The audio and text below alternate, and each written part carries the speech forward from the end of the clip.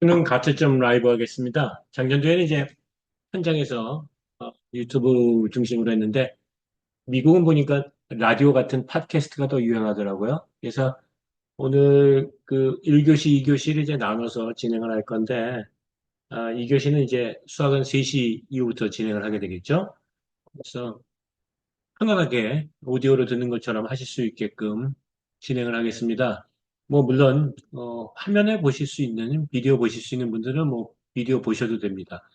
잠깐 이제 오늘 거를 보시면 시험지 정답 공개가 이제 국어가 이제 10시 56분에 됐어요. 그래서 지금 뭐 많은 기관들이 이제 국어는 하고 있고 수학은 이제 2시 10분에 이제 시험지 정답 공개가 되니까 조금 늦겠죠. 그런데 이제 제가 이제 6월, 9월 모의고사 때도 그런 얘기를 좀 했었지만 올해 수능은 이제 2024와는 다르게 2023처럼 국어는 좀 쉽고 수학은 좀 어렵게 나오는 형태가 되지 않겠느냐라고 보고 있는데 지금 현재 좀 그런 흐름으로 가고 있는 중입니다. 그래서 표점 자체는 뭐 최종적으로 좀 나와봐야지 알 수 있는 상황이 되겠지만서도 국어랑 수학 간의 표점 차이가 조금 날 것 같아요. 그래서 이제 어, 수학 능력 시험이 이제 수학 중심으로 한다. 물론 이제 아직 2시 10분이 안 됐기 때문에 수학 쪽이 좀 나오지는 않은 상황인데 또뭐 휴민트를 통해서 놓고 봤을 때 수학은 조금 어렵게 나온 것 같다. 국어는 좀 쉽게 나온 편이죠. 그래서 그것 쪽에 그 총평 먼저 좀 말씀을 좀 드리자면 음, 이제 일반적으로 얘기하는 것처럼 좀 쉬웠어요. 좀 쉬웠는데 불수능의 기준이 표점이 이제 150점 내외가 이제 불수능이라고 볼 수 있는 부분들이 있거든요. 그러니까 작년도 같은 경우에는 이제 언어와 매체가 이제 150점으로 2022년도가 149점이었었으니까 2022보다도 오히려 더 어려운 시험이었다. 이렇게 얘기할 수도 있고. 다만 이제 화법과 작문은 2022가 만점 표점이 147점이었는데 작년도 이제 146점이었고 화작 언매가 이제 4점으로 좀 벌어졌던 상황이었다라고 봐야 될 것 같은데 올해는 그 정도는 아니고 좀 쉬워서 만점 표점이 이렇게 되면 144점 혹은 뭐 그보다 좀 더 낮게 형성되어지지 않을까라는 생각이 들어집니다. EBS 연계 교재가 좀 활용이 좀 잘 된 편이고요. 작년에는 시간이 굉장히 부족했었거든요. 이제 올해는 이제 시간 부족 문제는 좀 많이 줄어들었습니다.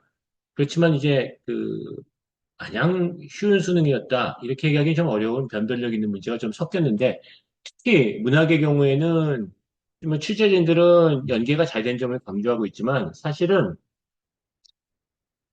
비연계 작품, 현대소설, 수필 이런 게 좀 어렵고 난해해서 이게 학생의 문해력을 온전히 인지한 건지 취재진들이 그건 이제 최종 결과를 좀 봐야 되겠습니다. 엄매도 좀 어려웠는데 시험 초반 도입 부분에서 좀 다소 당황할 수 있었던 점이 등급 겉을 이제 표점보다는 좀 난이도는 좀 쉬웠는데 그거보다는 조금 박하게 두게 된 그런 건 좀 있었다 이렇게 봐야 될 것 같아요. 체감 난이도가 이제 가장 높았던 문제는 독서에서 이제 13번 문항인데 아마도 이제 수험생들은 그걸 이제 강아지 그림 문제다. 이렇게 얘기를 할 것 같아요. 뭐 윗글을 바탕으로 보기를 이해한 내용 이럴 때 이제 강아지가 나와요. 그렇게 되거든요. 이제 이거를 이제 그 취재진들은 이제 뭐라고 하냐면 이제 확산, 역확산, 순확산 이런 뭐 확산 모델이다. 기계학습과 확산 모델이다. 뭐 이런 식으로 이제 평가를 합니다. 그리고 이제 역시 국어는 보기죠, 보기. 보기가 이제 보기에서 제시된 보기를 바탕으로 예측하고 보기를 바탕으로 판단해야 되는 건데 그게 독서 영역에서도 그랬고요.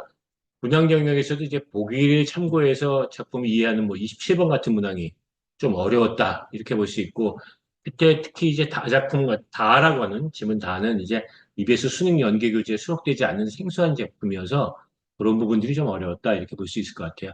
결국 이제 1교시 국어는 현대수필, 현대소설 해석에서 당황할 수 있는 부분들이 문제가 어렵지 않다라고 판단할 수는 있지만 당황할 수 있는 문제가 있어 이러한 문제들이 결국 1, 2등급을 가르는 문제가 되지 않을까라고 보는 거고요. 화법과 작문에서 이제 45번 문항, 그다음에 이제 뭐 언어와 매체에서 39번 문항은 변별력이 좀 있었어요. 그러니까 45번 화작, 혹은 언매 39번, 거기다가 음, 독서에서 이제 13번 문항, 그다음에 이제 뭐 7번 문항, 혹은 뭐 문학 27번 문항 뭐 요렇게까지 이렇게 되면은 총 네 개, 다섯 개, 요 정도가 나오지 않습니까? 그래서 이제 1등급 컷도 대략적으로 이제 저는 이제 한 89점 정도로 예상을 하고 있습니다. 근데 이것은 이제 다시 보시면 자 이제 지금 오디오로 들으시는 분들이야 이 표를 볼 수 없겠지만 비디오로 보시면 1, 2, 3, 4등급을 저는 이미 벌써 박아놨습니다. 그래서 오늘 이제 실제로 이제 등급 컷 발표 자체는 뭐 빨리 하는 데가 작년 같은 경우 기준으로 메가스터디가 이제 6시 47분에 했고 뭐 EBS가 7시 50분에 했고 대선 같은 데는 이제 8시 40분에 했단 말이에요. 근데 지금 시간은 이제 2시 10분, 12분밖에 안 됐어요. 그래서 작년도에도 좀 빨리 해서 사실 좀 상당한 부담감을 갖고 있었는데 이건 이제 틀릴 수가 있는 거예요.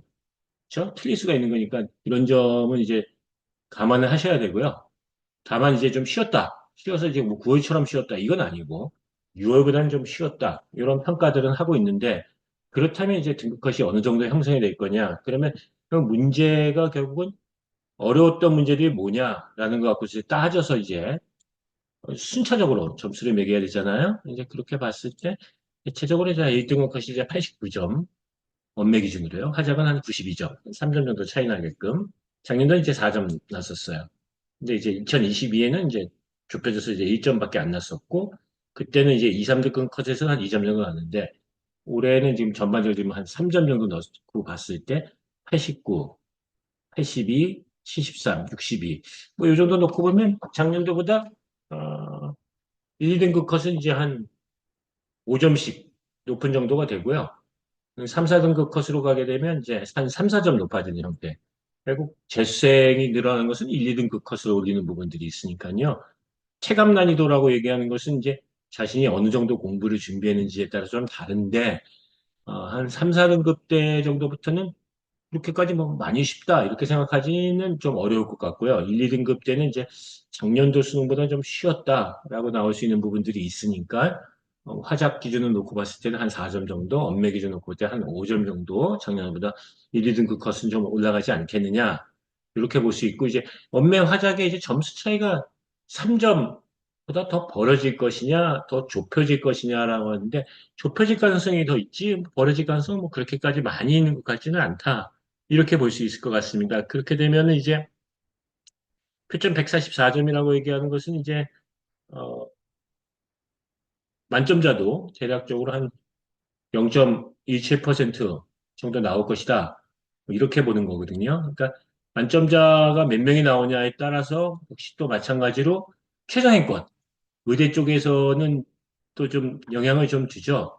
그래서 그런 부분들이 있으니까 만점자가 많이 나오면 최상위권에서는 아무래도 좀 구분하기 좀 어려운 부분들이 좀 있습니다. 그렇죠?